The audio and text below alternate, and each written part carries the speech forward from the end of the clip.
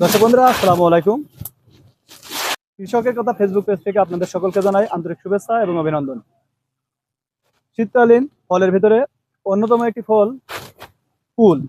তো তেমনি একটি কুলের বাগানে আজ আমি আসছি এবং এই বাগানের অবস্থান ঝিনাইদহ জেলার কালীগঞ্জ থানার বগেরগাছি এলাকায়। এবং এই বাগানটি করেছেন আমাদের কৃষক তাজের মোল্লা ভাইয়ের কাছ থেকে। আজ আমরা এই কুল চাষের সম্পূর্ণ পরিচর্যা এবং কি কি সার ব্যবহার করছেন, কি কি ছত্রাকনাশক, কীটনাশক, এছাড়াও এর বাণিজ্যিক বাজার মূল্য, জাত নির্ধারণ, এই সম্পূর্ণ আলোচনার মাধ্যমে একটি নতুন তথ্যচিত্র দেওয়ার চেষ্টা করব আপনাদের মাঝে। আমি মাহমুদুল হাসান। সম্পূর্ণ প্রতিবেদন জুড়ে আমাদের সাথেই থাকুন।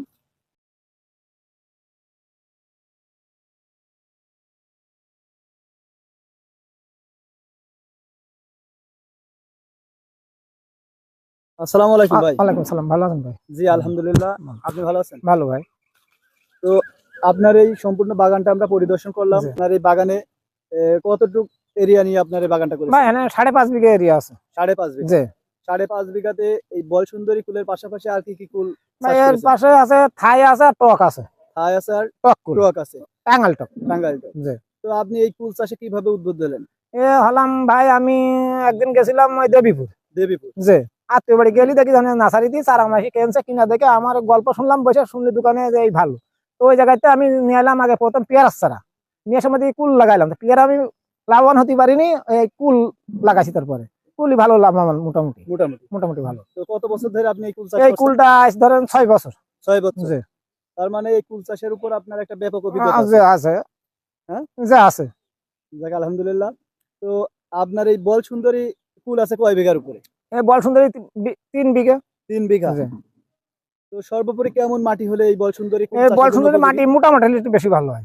মোটা মাটি হলে মোটা বেশি বেশি ভালো হয়। ভালো জি। হয়। এবং এই জাতটা নির্বাচন করলেন কিভাবে আপনি? এই জাতটা আমি নির্বাচন করলাম ওই যে দেবীপুর খুরশিদ ভাই আছে, ভাই ভাই নার্সারি। আমি ওই জায়গাতে চারা নিয়ে এসে লাগাইছি, লাগাই। রোপণ করেছি আর কি। আচ্ছা, এটার চারা থেকে চারার দূরত্ব কেমন?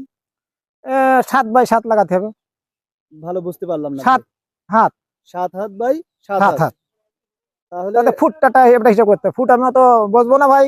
7 7 7 7। 7 একদম।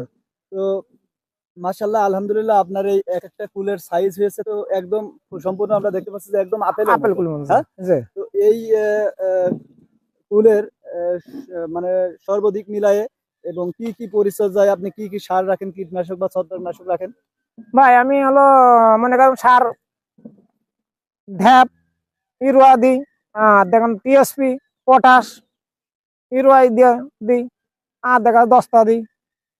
আর এই ছত্রাকনাশক হিসেবে 1700 কি টাকা আছে, ওই দিই 3-4 রকম তা দিয়ে যে সবকিছু মিলাই মিলাই দিই আর কি। যে হ্যাঁ যেভাবে আর কি। তো এখন যে পর্যায়ে আছে আপনার, জি। এটার বাণিজ্যিক বাজার মূল্য কেমন? মাঝে মাঝে মূল্য ভাই 40, 45, 50। 40, 45, 50। 50 আমরা এই যে পরিমাণে গাছে ফল আমরা দেখতে পারছি, তো এই ফলের আগেও তো আপনি হারভেস্ট করেছেন, বেশি বেশি জি, হ্যাঁ বেশি করেছেন। হ্যাঁ জি। তো আপনার এই টোটাল বাগানে কতগুলো গাছ আছে? এখন মনে করেন টোটাল মানে টক মগ দিয়ে সব দিয়ে মানে 600 গাছ আছে। 600 গাছ জি আছে। তো বল সুন্দর মনে করেন 300 ধরেন। 300। তো আমরা দেখছি মাশাআল্লাহ আলহামদুলিল্লাহ, আল্লাহর দেওয়া এই নিয়ামত মানে জি। অধিক ফলন আপনার এখানে। তো এক একটা গাছে কেমন ফল থাকতে পারে, কয় মন আমার করে? তো মনে হয় যে ফল আছে মাপানা আন্দাজ হবে না, 5 মণ করে হবেই। এক একটা গাছে একটা 5 5 মন মণ, করে ফল হবে। বেশি ছাড়া কম হবে না, হবে না। আলহামদুলিল্লাহ। মনে করেন যে আমি 3.5 লাখ টাকা বেচা হয়ে গেছে। এই বাগান থেকে 3.5 লাখ হ্যাঁ টাকা already অলরেডি বিক্রি বেচার করেন। পরে আবার দেখেন লাখ টাকায় বাগান বেচেছি। বাগান বেচেন। বেচে দিই ব্যাপারীর কাছে। তার মানে প্রায় একটা 10 লাখ টাকার একটা। তো সর্বোপরি আমরা গাছ থেকে শুরু করে চারা লাগানো থেকে শুরু করে কয় মাসের ভিতরে ফলটা মনে পাবো? করেন যে আমার তো গাছটা মুড়ি গাছ, মুড়ি গাছ। প্রথম লাগাইছি 1 বছরের মাথায় কুল এসে, 1 বছরের 1 মাথায় কুল বছরে আসছে। কুল এসে, ভরপুর কুল এসে। আলহামদুলিল্লাহ। তো এই গাছের মানে শুরু থেকে শেষ পর্যন্ত ব্যয় করে আপনার যে বাণিজ্যিকভাবে বাজারজাতকরণ করছেন, লাভবানটা কেমন হচ্ছে? ভালো, প্রচুর লাভবান, প্রচুর লাভবান। প্রচুর লাভবান। এই আমার এরপর সংসার ধর্ম, আমি 4 বিঘা ড্রাগন লাগাইছি সপের পাত দিয়ে, মানে সব এই কুল বড় পাত বাগানের দিয়ে। হ্যাঁ উপর সবাই থেকে। বড় পাত দিয়ে, আমার কিছুই ছিল না। এই বড়ইতে এই মনে করেন আমি সবকিছু এখান থেকে। এখান থেকে লাভবান আমি বড়ই থেকে। তো যারা এই কুল এর আগে চাষে ধরেন আমি কিষাং দিতাম, হুম, দেওয়ার পরে এই বড়ই করাতে 6 বছর আমি মনে করেন ভালো লাভবান। ভালো লাভবান। জি। যাক আলহামদুলিল্লাহ। তো এখন যারা আপনার এই কুল চাষে নতুন ভাবে উদ্বুদ্ধ হতে চায়, জি। তো তাদের জন্য আপনার কি পরামর্শ? পরামর্শ যে খুশি পারেন তো চারা কিনবে, চারা খুব ভালো চারা পাওয়া যায়, জাতের চারা পাওয়া যায়, যেটা বলে সেটাই হয়।